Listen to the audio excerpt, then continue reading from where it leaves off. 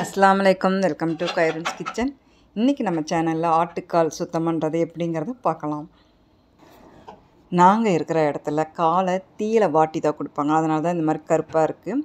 இதை ஒரு பவுலில் போட்டு தண்ணி விட்டு 5 நிமிஷம் கேப் விட்டு அதுக்கப்புறம் கத்தியால் க்ளீன் பண்ணணும். அந்த கருப்பெல்லாம் விலகணும் அப்படின்னா கத்தியால் க்ளீன் பண்ணணும். ஒன்றும் பாதியமாக இருக்கிற முடியும் போயிடும் கத்தியால் க்ளீன் பண்ணும்போது. நாங்கள் இருக்கிற இடத்துல ஆட்டுக்காலும் தீயில வாட்டி தான் கொடுப்பாங்க, ஆட்டோட தலையும் தீயில வாட்டி தான் கொடுப்பாங்க.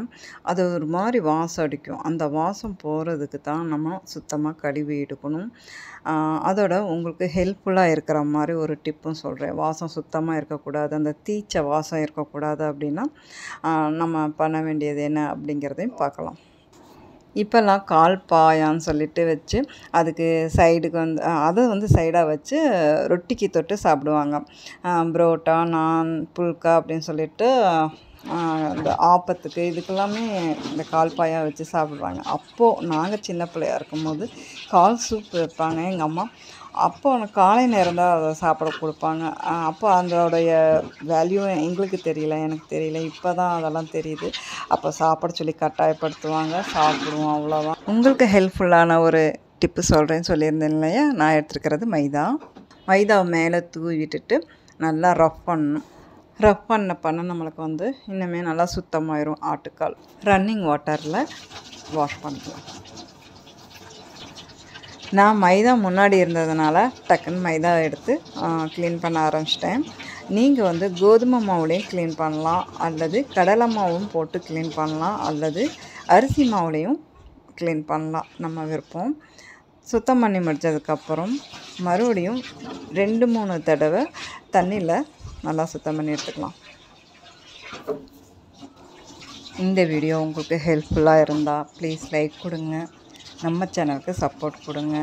இது வரைக்கும் நம்ம சேனலுக்கு சப்ஸ்கிரைப் பண்ணாதவங்க சப்ஸ்கிரைப் பண்ணிக்கோங்க. பக்கத்தில் இருக்கிற பெல் ஐக்கானையும் கிளிக் பண்ணிக்கோங்க. அப்போ தான் நான் அடுத்தடுத்து போட போகிற வீடியோட நோட்டிஃபிகேஷன் உங்களுக்கு வரும். நான் இந்த ஆட்டுக்காலை சுத்தம் பண்ணதுக்கப்புறம் என்ன பண்ண போகிறேன்னா பாயா வைக்க போகிறேன். ஆட்டுக்கால் பாயா வீடியோ இன்ஷா அல்லாஹ் அடுத்து வரும். கண்டிப்பாக எல்லோரும் பாருங்கள்.